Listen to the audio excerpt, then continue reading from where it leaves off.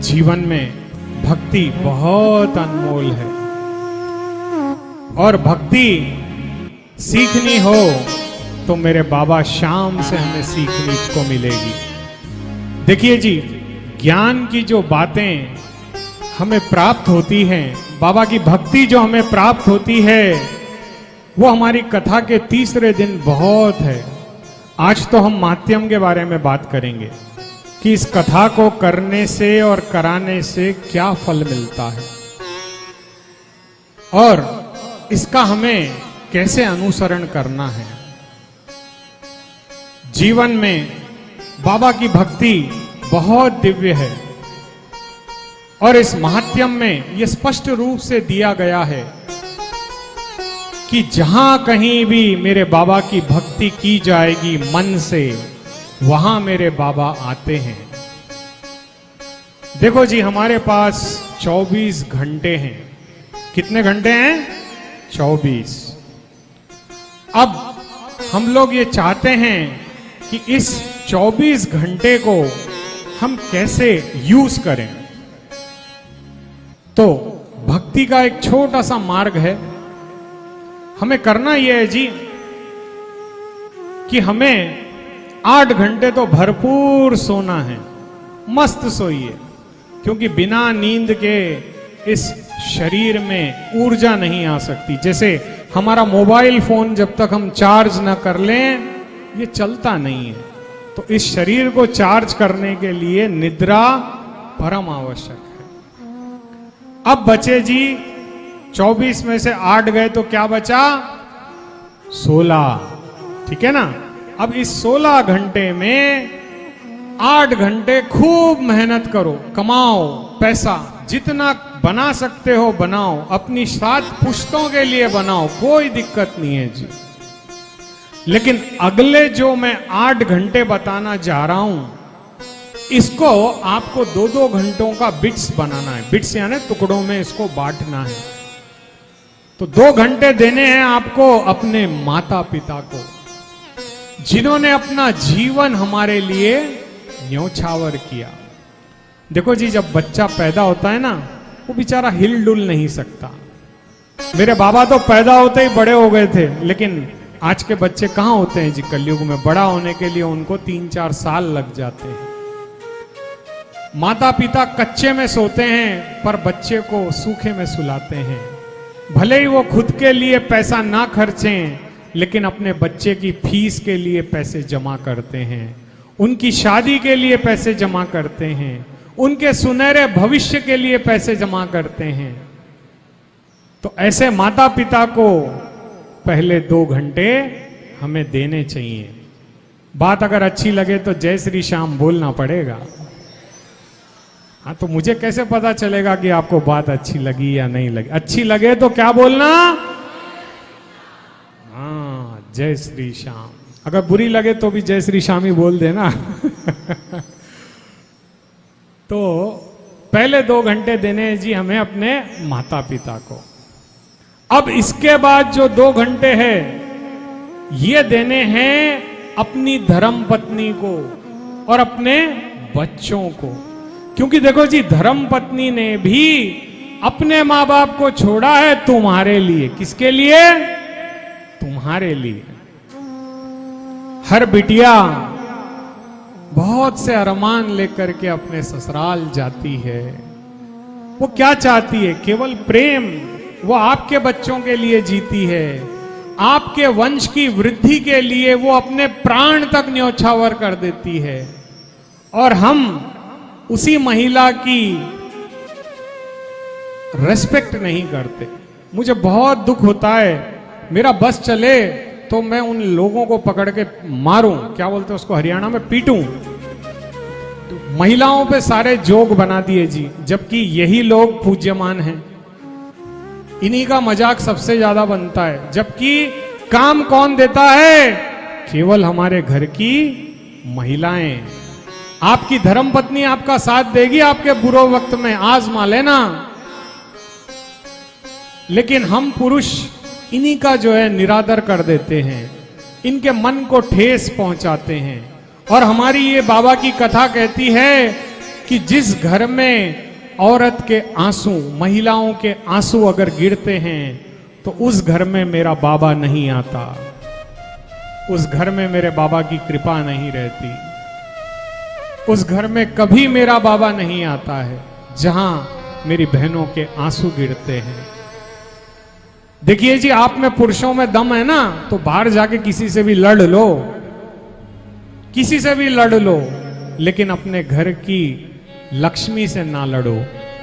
अगर आप अपनी मां से, बहन से, बिटिया से, आपकी धर्म पत्नी से, अगर इनको देवता मान करके बात करोगे तो ये मां लक्ष्मी, मां अन्नपूर्णा, मां सरस्वती की तरह आपके घर को निहाल कर देगी।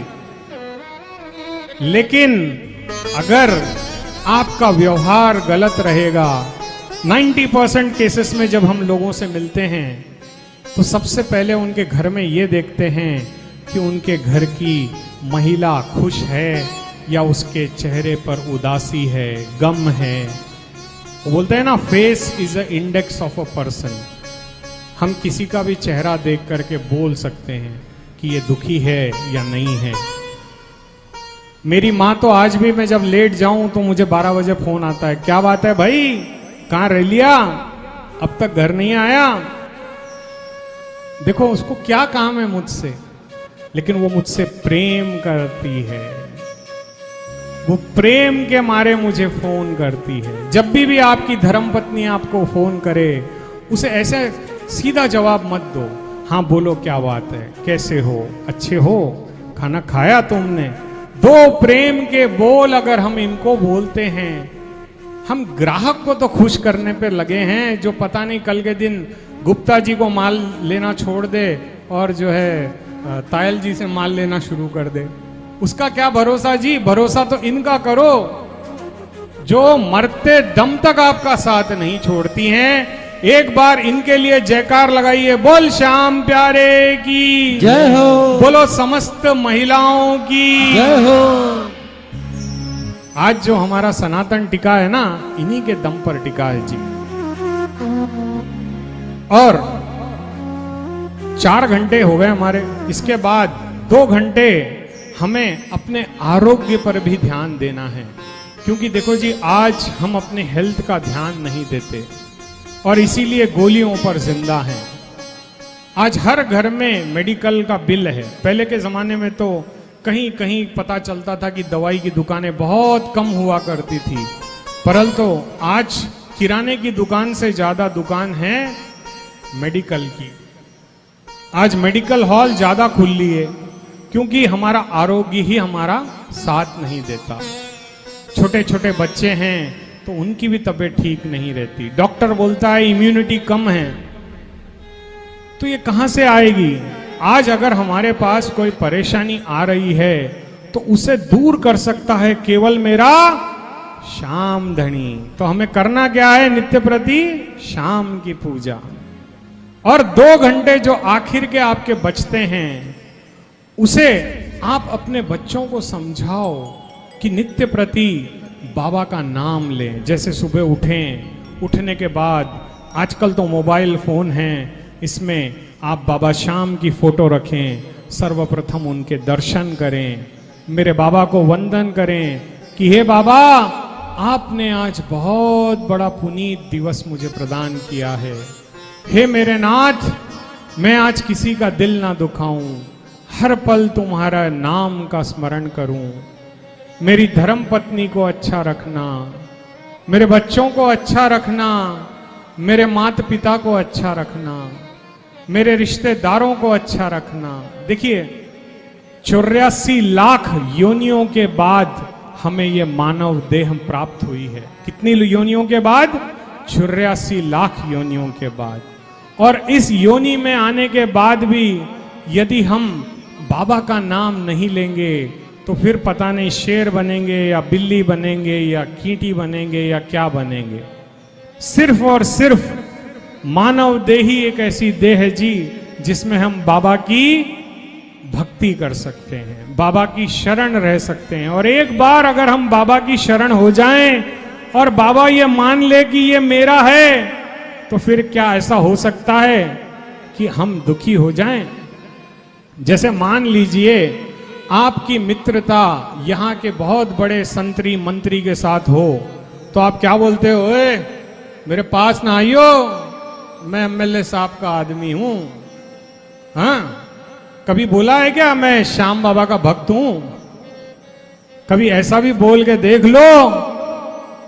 जब हम एक छोटे से इंसान जो एक पद मिल जाए जी उसको 4-5 साल का, तो उसी के ऊपर वो ऐसे उसके रिश्तेदार बन के चलते हैं, लाल बत्ती लगा ली गाड़ी के आगे, पता नहीं क्या क्या करते हैं, वीआईपी हो जाते हैं जी।